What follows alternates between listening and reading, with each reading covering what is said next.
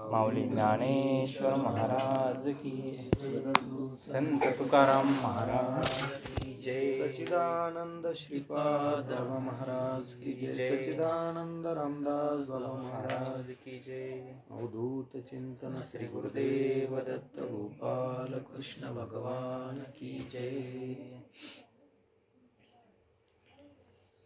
येत एकची लीला तरले, जे सर्व भावे मज भजले, तया ऐलच थडी सरले, माया जाळ जया सद्गुरु तारू पुढे, जे अनुभवाचे कासे गाडे, जया आत्मनिवेदन तरांडे आकळले, जे अहंभावाचे ओझे सांडूनी, विकल्पाची आझुळका चुकवणी, अनुरागाचा निवृत्ता होऊनी, पाणी ढाळू, जया ऐक्याच्या उतारा, बोधाचा जोडला तारा, मग निवृत्तीच्या पैलतीरा झेपावले जे, गुरुर ब्रह्मा गुरुर्विष्णू गुरुर्देव महेश्वरा, गुरु साक्षात परब्रह्मा, तस्मै श्री गुरवे नमः, तस्मै श्री गुरवे नमः।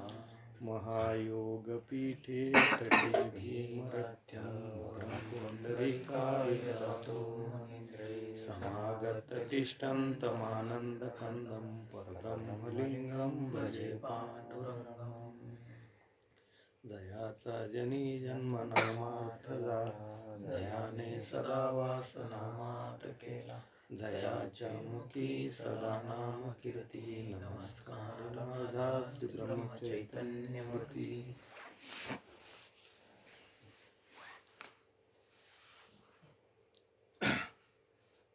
अध्याय 7वा,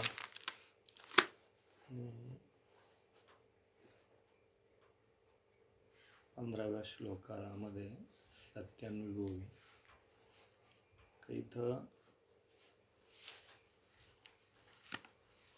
जो जीव भगवंताने हा आपल्याला जो नरदेह दिला, हा कशासाठी दिला? आपण जे ज्ञान म्हणतो आणि भक्ती आहे बा, प्रत्येक जीव भक्ती करतो आणि कशासाठी? जो आपल्याला जे मनुष्य जन्माचं जे सार्थक आहे भगवत प्राप्ती, तर ती भगवत प्राप्ती हे मनुष्य जीवनाचं साध्य आहे आणि इथं जन्माला आल्यानंतर आपल्याला ते साध्य करून जायचं आहे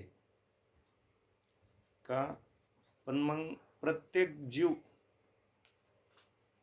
सुखासाठी इथं धडपड करीत असतो आणि मग इथं प्रत्येक जीव भक्ती करत असताना प्रत्येकाच्या तरुण जाण्याचं साध्य किती जाणायचं हे आपल्याला माहीत नाही, कारण भक्ती करीत असताना कोणाचं मनात काय हेतू आहे,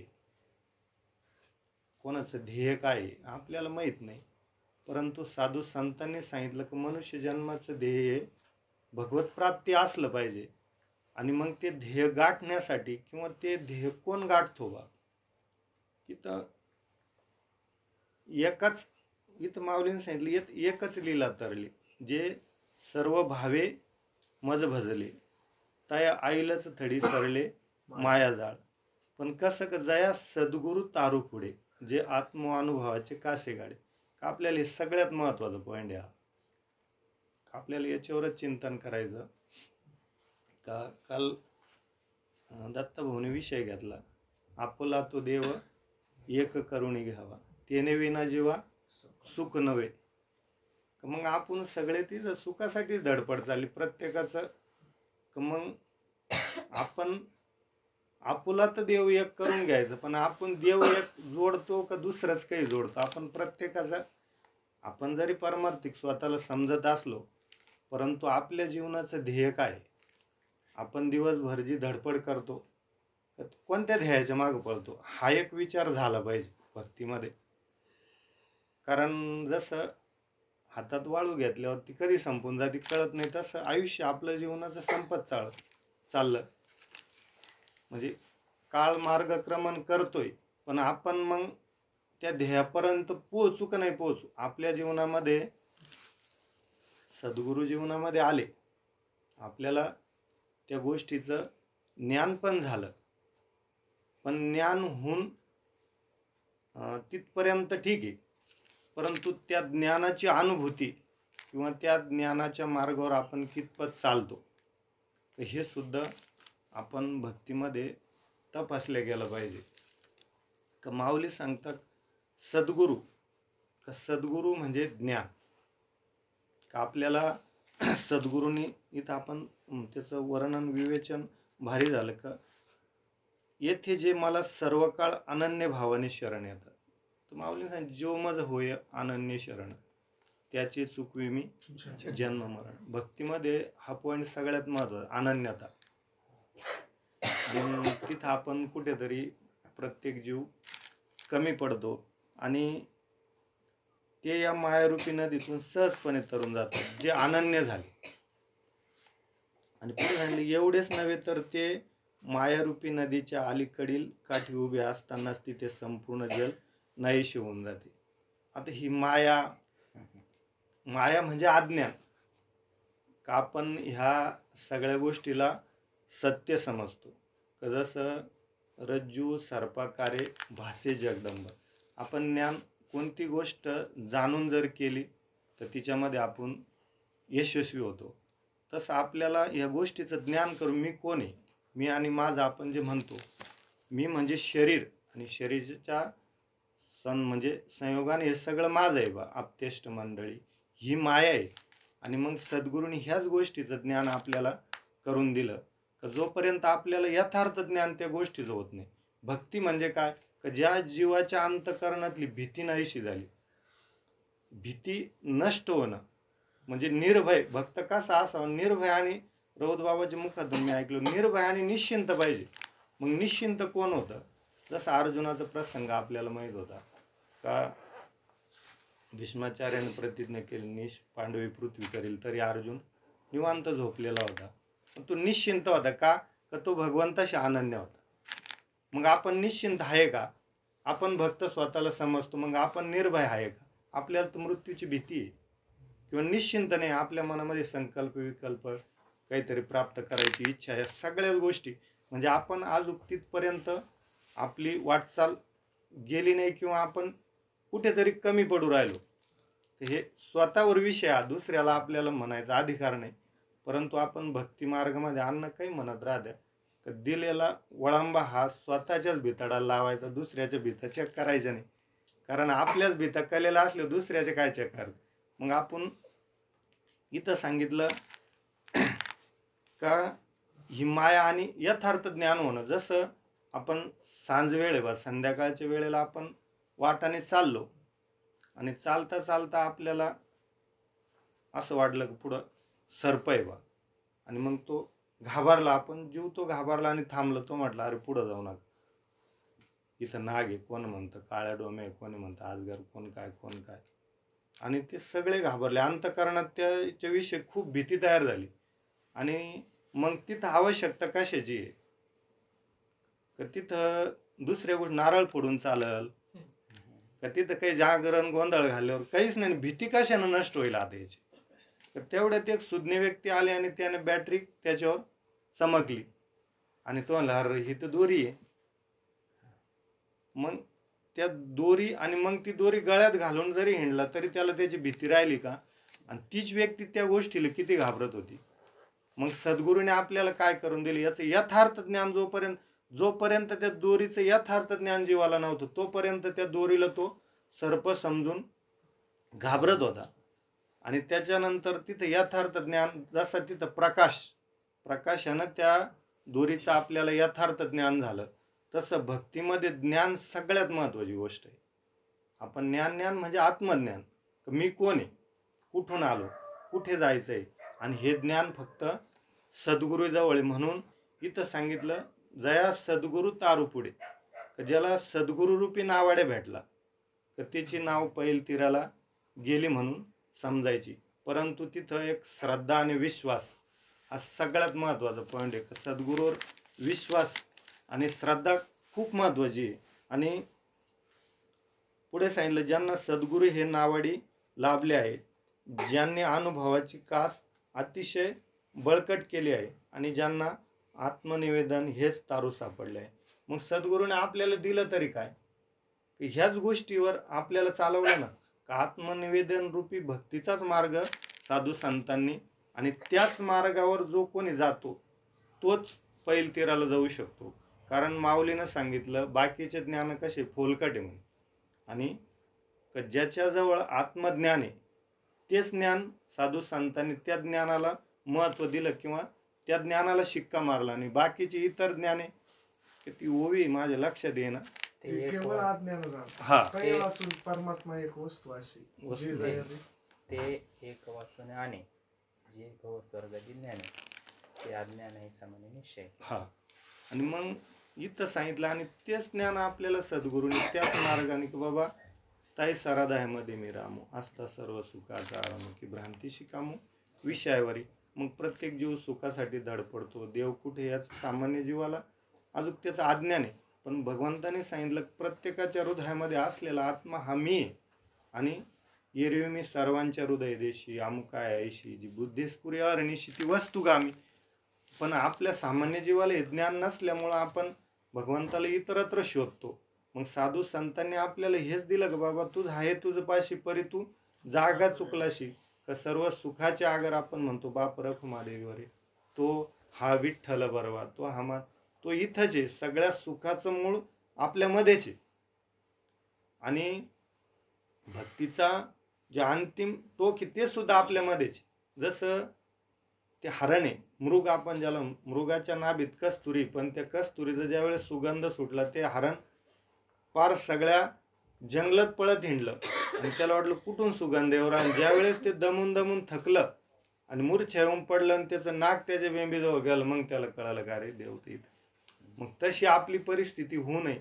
आपल्याला सद्गुरूंनी ते बोध दिलं, ते ज्ञान दिलं, जागं केलं, परंतु आपण त्या मार्गावर चालणं तितकंच महत्त्वाचं आहे. अण्णा सांगत्या का ज्ञान होणं हा अज्ञानापेक्षा ज्ञान झालं खूप महत्त्वाचं पहिलं. पण ते ज्ञान अनुभव त्या ज्ञानाचं घेणं हा सगळ्यात महत्त्वाचं पहिलं. जसं आपल्याला पांगुळ गाडा दिला पण तो धरून आपण चाललो तर पाहिजे ना. आपल्याला जर पंढरपूरचा रस्ता सांगितला एखाद्याने, पण जोपर्यंत आपण त्याच्यावर मार्गक्रमण करत नाही तोपर्यंत आपण त्या स्थितीपर्यंत किंवा इच्छित ठिकाण गाठू शकत नाही. तसं भक्तीमध्ये जोपर्यंत चिंतन होत नाही तोपर्यंत आपल्याला अनुभूती येऊ शकत नाही. किंवा ज्या सुखाचं जे आता फक्त आपल्याला कसं आहे क्षणिक सुखाचा आपण सांसारिक याच्यामध्ये सुख समजतो आणि क्षणिक त्याचा आभास, परंतु ज्या वेळेस आपल्याला चिंतन होऊन त्या काहीतरी जीवनामध्ये अनुभव आला तर त्या सुखाची झलक आपल्याला, आपण ज्याला आत्मनिवेदन रूपी सुख म्हणतो किंवा आत्मिक सुख म्हणतो, तर त्या सुखाचा हे आपल्याला अनुभवाला येतं. ते सांगितलं ते जीव परमात्मा ऐक्य हाच उतार आहे हे जाणून त्या उताराने ज्ञानरूपी सोबतीच्या आश्रयाने निवृत्तीच्या पलीकडील काठावर जाऊन पोचतो.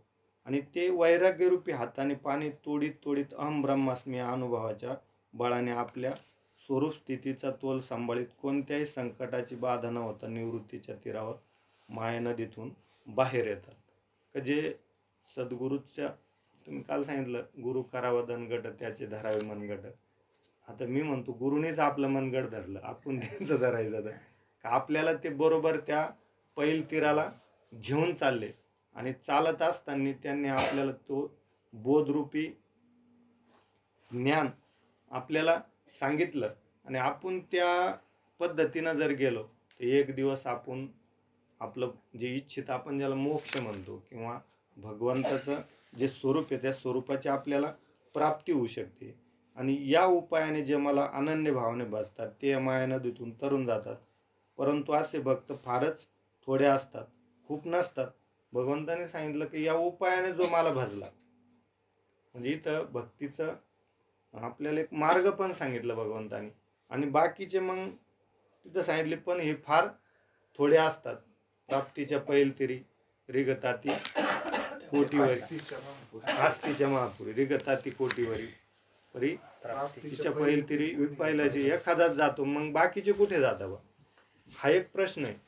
आपण सगळीच मंडळी भक्ती करतो, कोण कशाची करीत असेल कोण कशाची करीत, त्याला प्रत्येकाला वाटतं कोण म्हसोबाची करीत असो बिरोबाची करीत असो, कोणी बोकडे जरी कापीत असलं त्याचा भाव त्या भक्तीतच राहतो. पण मग इथं पैल तीराला कोण जातं बघ, इथं सगळेच कोट्यावधी जीव भक्ती करत असताना माऊलीने सांगितलं एखादाच जर तिकडं जातो तो कोण आहे, तर तिथं पुन्हा वर यायचं सद्गुरू ज्याला नावाडी झाला.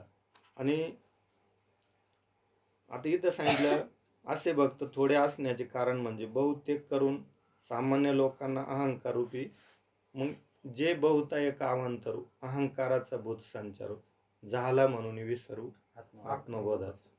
अहंकार हा परमार्थाला इथं सगळ्यात घातक सांगितला. आणि अहंकारामुळे मी कोण याचा भगवंतांनी सांगितलं विसर पडला जीवाला. आणि जर याचा विसर पडला त्यावेळी नियमाचे वस्त्र ना आठवे, पुढील अधोगतीची लाजणे नव्हे, आणि करितात जे न करावे वेदू म्हणे.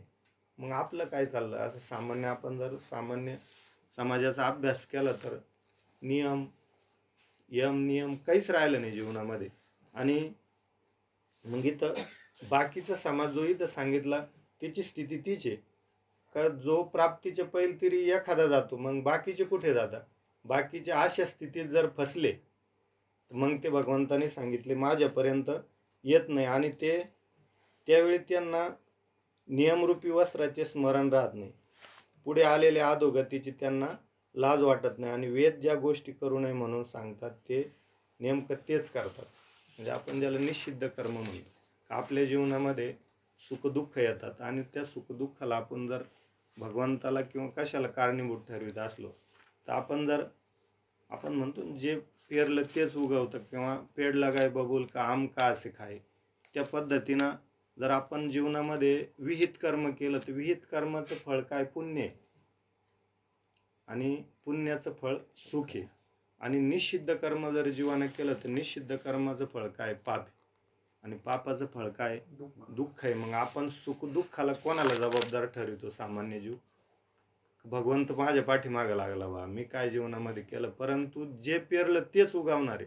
मग आपण साधू संतांनी आपल्याला जागं का केलं, तर त्यांनी काय सांगितलं जीवनामध्ये सुख यायचं कारण का बाबा हे करू नको, हे निषिद्ध कर्म आहे, आणि हे शास्त्राने मान्य केलेलं आपण ज्याला विहित म्हणतो.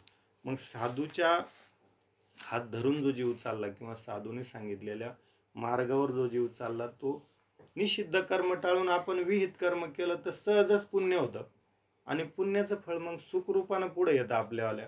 म्हणजे भक्ती करीत असताना इथं सांगितलं शरीराच्या गावात जाया लागे आले पांडवा, तो कार्यार्थ आगवा सांडून या. मग इथं सांगितलं शरीररूपी गावाला हा जीव आला, आणि भगवंताने आपल्याला हा नरदेह त्याच्या प्राप्तीसाठी दिला, आणि तेच कार्य ह्या जीवाने काय केलं, अज्ञानवश मायावश टाकून दिलं किंवा अहंकारावश टाकून दिलं, आणि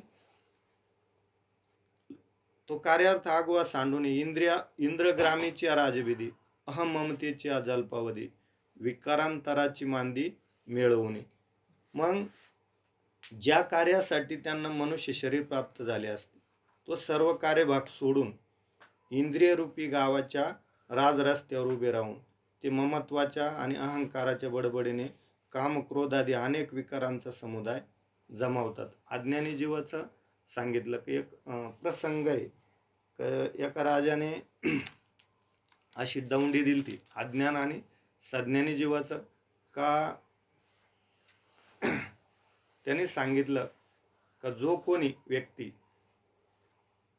त्याने असं एक डोंगर ठरवला आणि त्या डोंगरावर तो स्वतः जाऊन बसला, सगळ्यात पहिलं मला भेटायला येईन म्हणे, त्याला माझं राज्य आणि मुलगी दिल्या जाईल, त्याला जावई म्हणून मी स्वीकार करेन म्हणे. आणि मग राज्यामध्ये सगळेच जे नवतरुण होते तर त्यांना वाटलं का आता सगळं नुसतं जाऊन राजाला भेटायचं आहे ना, म्हणजे आपल्याला काम क्रोध कसे त्रास देतात बा, आणि अज्ञानी जीव कुठे फसतो आणि सज्ञानी जीव कसा भगवंतापर्यंत जातो. कारण सद्गुरूने आपल्याला अज्ञानातून सज्ञानाकडे नेलं. मग त्या राजाने जो रस्ता होता 4-5 किलोमीटरचा, त्याच्या चौ बाजूने जेवढे सुख आहे, आपले जेवढे विषय काम म्हणजे सगळेच, तर तुम्हाला खाणाऱ्याला जी नाही ती वस्तू अशी हॉटेल टाईप मांडली, पाहणाऱ्याला सगळ्या गोष्टी, म्हणजे आपण जेवढे सुख ह्या संसारामध्ये आहे एकंदरीत तेवढे पण मांडून ठेवले आणि तिथं त्यांचे सेवक ठेवले आणि प्रत्येकाला म्हणायचे हो खाणाऱ्याला खाऊन जा. आता प्रत्येक जीव कोणी खाण्यात मग्न आहे, कोणी पाहण्यात मग्न, कोणी ऐकण्यात, प्रत्येकाचा छंद असतो. आणि मग फ्री ना पण काहीच नाही, त्याला पैसे द्यायचे नाही. मग ते म्हणायचे अहो एवढं खाऊन जा, हे पाहून जा. मग खाणाऱ्याला वाटलं खाऊन तर जायचंच आहे तिथं, मग फुकट आहे तर खाऊन जाऊ. पाहणाऱ्याला वाटलं पाहायचंच आहे, फुकट पाहायला भेटू राहिलं, मग नंतर जाऊ. असं करता करता सगळे जे विषयात अडकलेले जीव आहे ते तिथंच थांबले. आणि एकच असं निघलं की त्याने विचार केला एवढं सगळं मांडलं पण याचा मालक कोण आहे? राजा आहे. आणि आपण जर राजाला जाऊन भेटलो आणि त्याची मुलगी जर आपली पत्नी झाली तर राज्याचा मालक आपण झाल्यावर हे सगळं आपण याचं मालक आहे ना. मग तेवढी व्यक्ती राजापर्यंत गेली आणि ती तसं ह्या जीव अज्ञानवश आपण ह्या सगळ्या गोष्टीला आपलं समजतो, धन संपदा या सगळं प्रपंच, परंतु हे सगळं माझ्या भगवंताची देण आहे. अण्णा काही सांगत राहत्या का आपण लक्ष्मीच्या प्राप्तीच्या पाठीमागं लागतो. अरे पण जी लक्ष्मी माझ्या भगवंताच्या सतत सेवेत राहत, मग जर तो भगवंत आपलासा झाला तर ही लक्ष्मी ऑटोमॅटिक आपल्याजवळ येईल ना.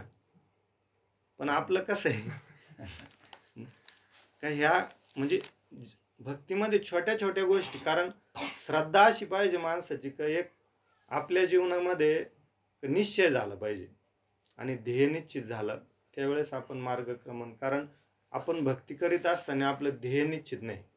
आणि ज्या जीव आता आपण सगळ्या साधू संतांचे चरित्र वाचतो, तर संतांच्या चरित्रामधून आपल्याला काय घ्यायचं राहतं? तर तुकाराम महाराजचं चरित्र आहे, त्यांनी ध्येय निश्चित केलं की मला भगवान पांडुरंग परमात्म्याची प्राप्तीच करायची जीवनामध्ये. तर त्यांची इतकी प्रॉपर्टी तर आपल्याजवळ आपण कुठे लागत बी नाही, परंतु त्यांनी का तर त्यांना जीवनाचं सत्य कळलं होतं. आणि त्यांनी ध्येय निश्चित झाल्यानंतर भगवत मार्ग पत्करून अखंड भगवंताचं आपण म्हणतो बोलावा विठ्ठल, पाहावा विठ्ठल, करावा विठ्ठल जीव बाबा येणे स्वसेम. मग आपण जर भक्तीमध्ये आहे तर आपली वृत्ती तशी आहे का? भक्त आयसे जाणं आपण म्हणतो, सहज मीच म्हणतो, भक्त आयसे जाणं जे देव उदास गेले आशा पाश निवारुणी, विषय तो त्यांचा झाला नारायण, न आवडे जन धन माता पिता. मग आपण भक्ती आपल्याला जर भगवंताची प्राप्ती करायची तर आपण तसे झालो तरच आपल्याला प्राप्ती होणार आहे ना. आपला विषय नारायण झाला का? जोपर्यंत आपला निश्चय होत नाही, आपला विषय नारायण होत नाही, तोपर्यंत भक्तीतला अनुभव आपल्याला येऊ शकत नाही. आणि पण आपलं कसं आहे, आपण छोट्या छोट्या आपलं म्हणजे आपण कर्मकांड मार्गाने जायला पाहतो हा जीव. जसं वैराग्य आहे आता वैराग्य सगळ्यात महत्त्वाची गोष्ट भक्तीमध्ये. पण भक्तीने धरले हाती ज्ञान आणि वैराग्य येते. पण जोपर्यंत आपल्या अंतःकरणामध्ये त्या भगवंताविषयी प्रेम भाव तयार होत, जे जे भेटते भूत ते मानी जे भगवंत, हा भक्तीचा योग सांगितलं भगवंता. प्रत्येक जीवामध्ये प्रत्येक भूतामध्ये मी असा भाव ठेवून आपण जर वागलो, परंतु ते येण्यासाठी आपल्याला अखंड भगवंताचं जोपर्यंत नामस्मरण आपल्याकडून घडत नाही तोपर्यंत आपल्याला आत्मा हाच देव आहे सगळी गोष्ट आहे. आपण परोक्ष ज्ञान हे प्रत्येकाला झालं. आपल्याला सद्गुरूने आपल्याला सांगितलं, मग रामगिरी महाराजांनी सांगितलं साखर शब्द कागदावर लिहा आणि त्याचा चहा करून त्यावर प्याता येईल. तसं ज्ञान झालं, आत्मा हा देव आहे हे आपल्याला कळलं, तो सुखाचा सागर आहे तेही कळलं. पण ते प्राप्त करण्यासाठी ज्या मार्गाने आपल्याला जावं लागतं, आपल्यामध्ये ज्ञान ठीक आहे पण वैराग्य, भक्ती, प्रेम, कारण काम, क्रोध, लोभ हे नरकाचे द्वार सांगितले. आणि आपल्याला ह्या गोष्टी आपण त्याला टाकायचा प्रयत्न करतो, त्या टाकायचं नाही. जर आपण अखंड नामस्मरण केलं तर ह्या गोष्टी ऑटोमॅटिक गळून पडतात. आपण म्हणतो पिकली या शेंदे कडूपणे गेले तैसे आम्हा केले नारायणे. जसं तो वाळकाचा येल राहतो, आता सगळ्याला अनुभव आहे. आणि शेंदड कच्चा असताना तुम्ही तोडा, तो कधीच देठाचं तुटत नाही. तो जर तोडायला गेला तर ते येल तुटून जातो पण ते तुटत नाही. आणि तेच वाळूक ज्यावेळेस पिकतं त्यावेळेस त्याला तोडायची गरज पडत नाही. आणि ते उलतं आणि उरल्यावर चौकडं त्याचा सुगंध सुटतो. सहज कोणी चाललं तर काय म्हणतं, तसं वारे हाती वाये सज्जनाचे माप. तसं जर आपण भगवत नामामध्ये जर पिकलो, रंगलो, दंग झालो तर ऑटोमॅटिक ह्या गोष्टी संसार ऑटोमॅटिक गळून पडतो माणसाचं. हे विकार टाकायची गरजच नाही. मी म्हणतो विकाराकडे लक्षच देऊ नका. आपण अखंड भगवंताचं नामचिंतन जर ह्या जीवाकडून घडलं तर आपल्याला ह्या गोष्टी ऑटोमॅटिक कधी गळून पडते सांगता सुद्धा येणार नाही. त्याच्यासाठी आपण म्हणतो वैराग्य पाहिजे. ह्या गोष्टी आपण जर नियमाने गेलो तर वैराग्य पाहिजे बा. वैराग्यावर सुंदर दृष्टांत अण्णाने सांगितला होता का आपल्याला वैराग्य ह्या जीवाचं कसं सांगितलं. एक क्षणिक वैराग्य सांगितलं, एक प्रसूती वैराग्य सांगितलं, एक करपट वैराग्य सांगितलं आणि एक स्मशान वैराग्य सांगितलं. आणि आपलं वैराग्य ते लिंबोजी बाबाचं एक सुंदर दृष्टांत दिलता अण्णांनी का जीव कसा आहे म्हणे का जर एखाद्याला प्रपंच करायचं जर जीवावर आलं मग एक दोघं नवरा बायको होते म्हणे आणि ते सतत तो माणूस काहीच करीत नव्हता, कामधंदा काहीच करायचा नाही आणि बाई जर काही बोलली तो म्हणायचं मी बाबा होईल. मग ती विचार करायची बरं आहे एक छत्र तर आहे नवरा म्हणून, हा जर बाबा झाला ते पोरं कोणा पाहिजे आपलं कसं होईल. असं करता करता तो काहीच करीत नसे, सगळं प्रपंचाचा गाडा त्या बहीणच वाढायचं. मग ती विचार करून करून कामधंदा करून वाळून गेली आणि एक दिवस मग आणि रोज नदीवर धुण्यासाठी जायची आणि मग त्या बायाने एकूणाने विचारलं नेमकं काय झालं तुझं सगळं असून तू अशी स्थिती कशामुळं झाली बा तब्येत वगैरे. ती म्हणे काय सांगू तुला, महानवरा अजिबात कामधंदा करत नाही, काही जर म्हणलं ना म्हणे त्याला तो म्हणतो मी बाबा होय. आणि तेवढ्यात तिथे एक त्याच गावामध्ये अरण्यात एक महाराज राहत होते आणि त्यागी महात्मा होता आणि ते आत्मज्ञानी. तर त्यांनी ओळखलं आणि त्यांनी ते त्या दोघीचं संभाषण ऐकलं. संभाषण ऐकल्याच्या नंतर ते म्हटले ताई ठीक आहे म्हणे, जर तू असं म्हणत असला तर तुला एक उपाय सांगतो म्हणे, त्यावर करशील का. ती म्हणे हा महाराज म्हणे आता तुझा नवरा जर म्हटला त्याला म्हणायचं खुशाल बाबा होईल आता. आणि त्यावेळेस मग ती घरी गेल्यावर त्यांचं थोडं वादविवाद झाल्यावर नंतर तो म्हणे मी बाबा होईल. ती म्हणे लगेच डाळा. त्याला झाली ना पंचायत. मग त्याला वाटलं आता आपण तर पोकळ धमकी देत होतो. मग निघला तो. आता ऋषीला गंमत लागला, अहंकार खूप माणसाला नाचवीत राहतो. तर मग तो निघल्याच्या नंतर तो मग गेला जंगलामध्ये. त्याला माहीतच होतं बाबाचा आश्रम इथं आहे. मग जंगलात गेल्याच्या नंतर त्यांनी विचारलं बाबा कुठून काय. तो महाराज आपल्याला प्रपंचात आपलं मन काय रमत नाही म्हणे, मला इथंच ठेवा, मला बाबा व्हायचं म्हणे. ठीक आहे म्हणे. मग त्याच्यासाठी वैराग्य ते म्हणे कडकडीत वैराग्य म्हणे आपलं सगळा संसार टाकून आलो म्हणे. ठीक आहे म्हणे काय अडचण नाही, मग इथं राहायचं, झाडलोट करायची आणि रोज तुला खायला लाडू बिडू भेटतील म्हणे, काय अडचण नाही. त्याला वाटलं अरे घरी सोयनं भाकर भेटत नव्हती, इथं लाडू वगैरे. मग तो दिवस गेला. मग पहाटे बाबांनी त्याला 3लाच उठून दिला. 3ला थंडी वारं गारठ. मग त्याला वाटलं आंघोळीला गरम पाणी. ते म्हणे इथं गरम पाणी वगैरे काय नसतं, गार पाण्यानंच करावं लागत. मग गार पाण्यानं आंघोळ म्हणल्यावर ते तो जाम झाला. उठला पहाटे, आंघोळ वगैरे झाली, सगळं पूजा आरती झाली, तिथपर्यंत त्याला ठीक वाटलं. मग त्यात आता जेवणाचा टाईम झाला, सकाळी 9 वाजले 10 वाजले.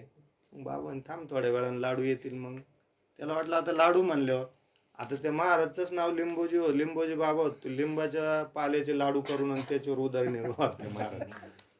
म्हणजे आपला विषय कसा चालला, आपण ज्याला वैराग्य म्हणतो, आपण कुठे टिकत का नाही बा. आपलं वैराग्य कसं आहे. आणि मग ज्यावेळेस त्याला ते लाडू खायला आल्यावर तर तो त्याला वाटलं अरे इथं आपलं उदरनिर्वाह आपलं होऊ शकत नाही आणि आपण इथं टिकवू शकत नाही. मग तो तिथून कपडे अंगावर फक्त लंगोट राहिली. बाबांनी सगळे कपडे काढून घेतले आणि मग त्याची म्हैस पाण्यावर येईल होती दुपारच्या बरी. तो तिकडं नदीवर गेला आणि त्या म्हशीची दोर धरली गेला घरी निघून. तिला वाटलं, ती म्हणे कसं काय आले तो, मी नाही आलो, या म्हशीनं मला आणलं. तशी स्थिती आपली. आणि दुसरं एक वैराग्य कसं सांगितलं, करपट वैराग्य. आपण एखादा आम्हाला खूप पुरणपोळीचं जेवण अन्न सांगत राहत खाल्लं आणि उलट्या झाल्या, पचलं नाही. आपण काय म्हणतो आयुष्यात कधी आपल्याला जेवण खायचं नाही, भजन कुरडे 4-2 महिने गेले पुन्हा समोर आल्यावर. म्हणजे असं आपलं वैराग्य आहे. एक प्रसूती वैराग्य सांगितलं. तर स्त्री ज्या वेळेस मुलाला बाळाला जन्म देत त्यावेळेस तिला असं वाटतं का आता मुलगा नको, नवरा नको, कोणी नको. पुन्हा म्हणजे आपलं वैराग्य टिकत नाही.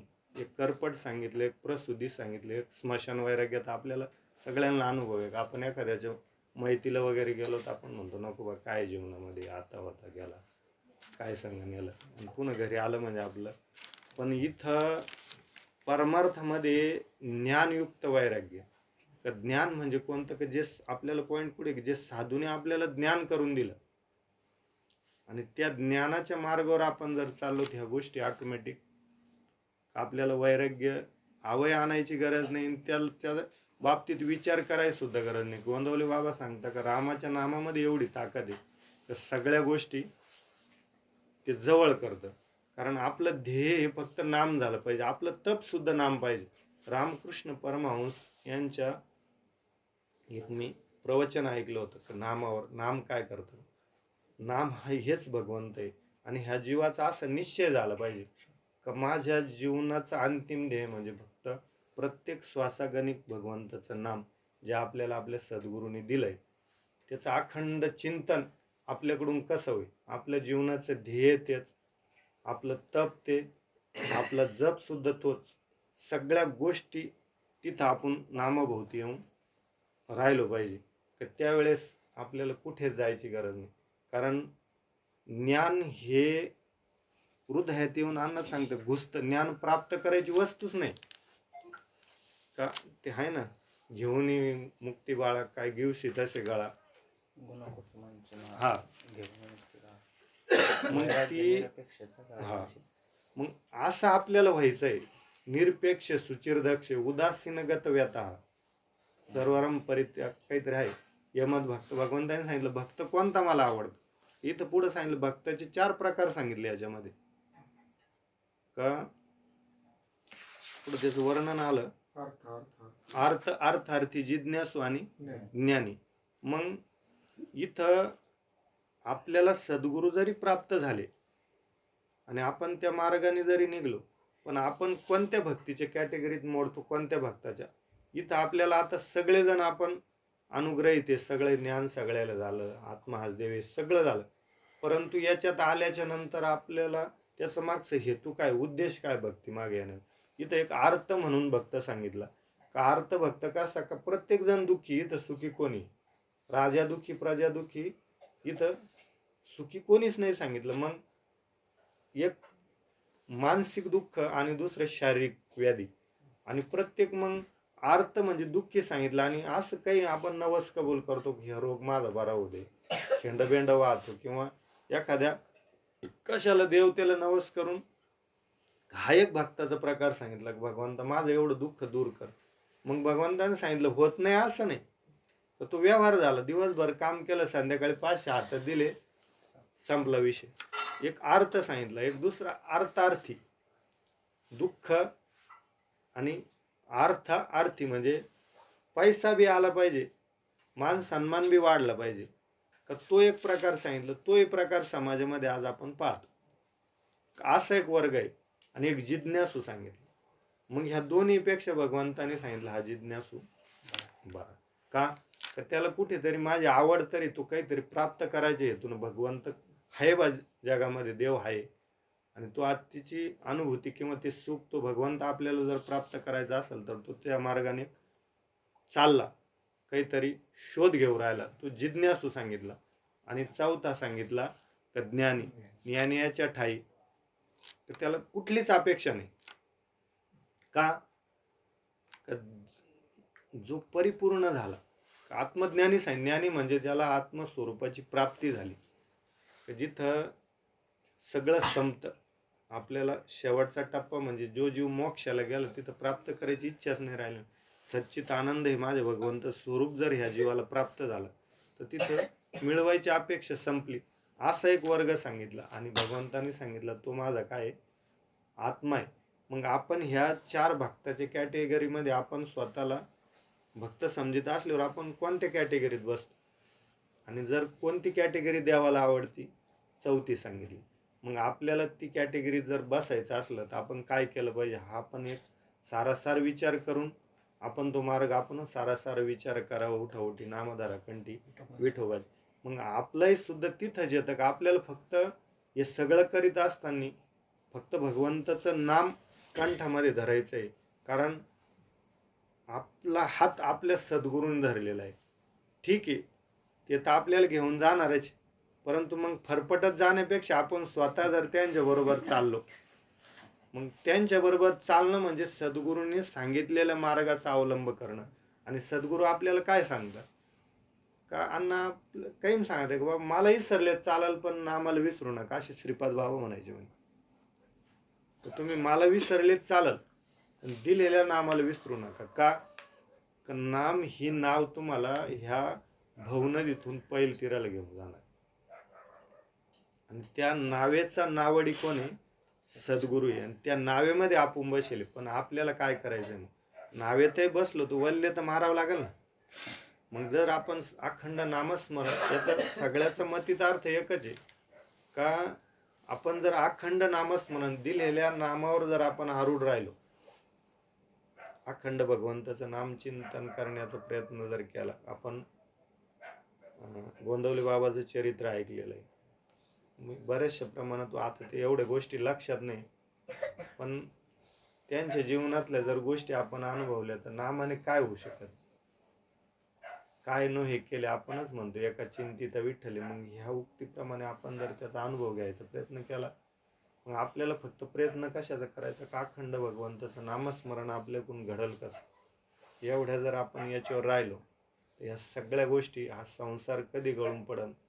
कारण मनुष्य जीवनाचं ध्येय आपण म्हणतो शेवटच्या श्वासाला भगवंताचं नाम जीवनाच्या म्हणजे त्या जीवाच्या मुखामध्ये आलं पाहिजे.